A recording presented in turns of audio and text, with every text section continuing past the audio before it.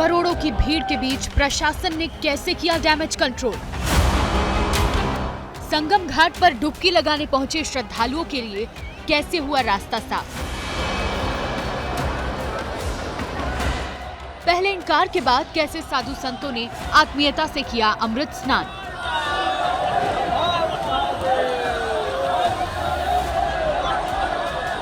साधु संतों ने अच्छे से स्नान किया है।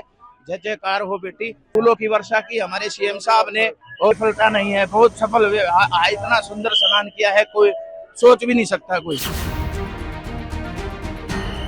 इन तस्वीरों के सामने आने से पहले महाकुंभ में पहले प्रशासन ने कैसे स्थिति पर कंट्रोल किया, आज हम आपको सिलसिलेवार तरीके से बताएंगे। एक एक तस्वीर दिखाएंगे। सबसे पहले सीएम योगी आदित्यनाथ का बयान सुनिए, जिसमें उन्होंने सुबह करीब 10 बजे मौजूदा स्थिति और आगे के प्लान के बारे में बताया। प्रयागराज में हालात वर्तमान में नियंत्रण में हैं, लेकिन भीड़ का दबाव बहुत बना हुआ है कि अफवाह पर कोई ध्यान न दें, संयम से काम लें। ये सब आयोजन सभी लोगों का है। प्रशासन उनकी सेवा के लिए पूरी तत्परता के साथ लगा हुआ है।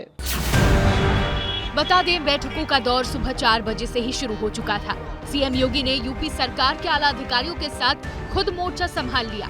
वॉर रूम फुल फोर्स के साथ एक्टिव मोड में काम करने लगा। पुलिस फोर्स रास्ता खाली कराने में जुट गई। पुलिसकर्मी लाव लश्कर के साथ महाकुंभ क्षेत्र में घेराबंदी करने लगे।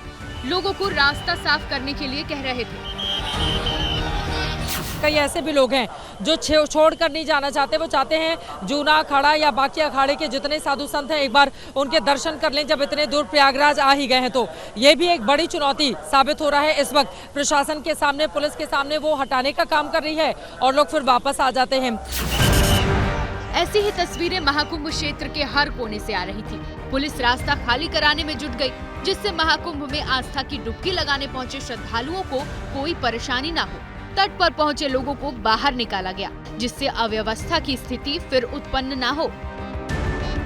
कि जिन इलाके तक, खास तौर से संगम तक जाने वाले जितने भी रास्ते हैं, जितने भी पेंटून ब्रिज हैं, जैसे 1 से नंबर 18 तक लगातार लेकर अधिकतर को बंद कर दिया गया है। सिर्फ आने की व्यवस्था सुचारू रूप से जारी रखी गई है, जिसमें लोगों को, संगम गए हुए लोगों को वापस इधर आने की अनुमति दी जा रही है, इधर आने की परमिशंस दी जा रही हैं।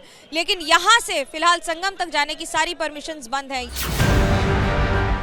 10 से ज्यादा जिलाधिकारियों को क्राउड मैनेजमेंट की जिम्मेदारी सौंपी गई। भीड़ को काबू करने के लिए प्रयागराज के बॉर्डर इलाकों में अधिकारियों को एक्टिव किया गया।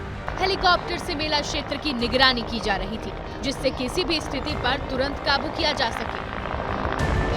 जहां पर ज्यादा भीड़ आज है, जहां पर गंगा के घाटों पर बड़ी संख्या में जो श्रद्धालु हैं वो आस्था की डुबकी लगा रहे हैं, वहां का हेलीकॉप्टर के जरिए जो एरियल व्यू है उसको देख करके सुरक्षा व्यवस्थाओं की समीक्षा की जा रही है।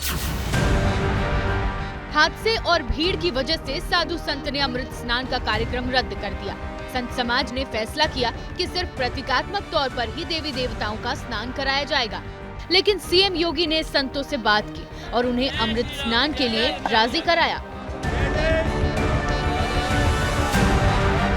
जो हमारा अमृत स्नान है, अमृत स्नान सभी संत महात्मा करेंगे, नागा करेंगे, हमारे आचार्य महामंडलेश्वर करेंगे, महामंडलेश्वर करेंगे। हमारे साथ जो समूह है सभी जो है अमृत स्नान में सहभागी बनेंगे, और जो भी ज्ञात अज्ञात के पाप है उसका प्रायश्चित हो जाएगा और पुण्य के भागी बनेंगे। प्रशासन से बात और संत समाज में सहमति के बाद अखाड़ों के अमृत स्नान के निकलने पर आखिर मुहर लग गई। पुलिस और मेला प्रशासन के साथ संत समाज भी रास्ता खाली कराने में जुट गया।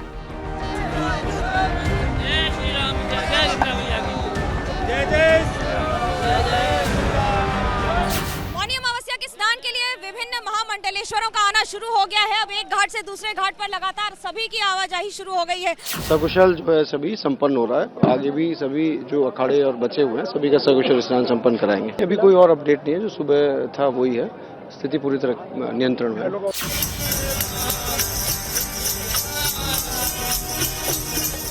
तुरंत एक्शन और अनुशासन से सब कुछ सामान्य होने लगा। इसके बाद अमृत स्नान के लिए साधु संत निकले।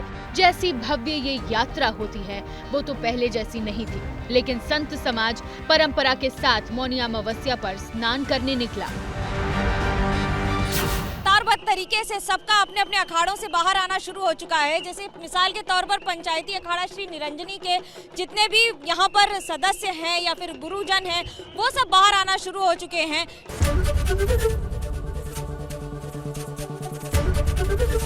एबीपी गंगा, खबर आपकी, जुबान आपकी।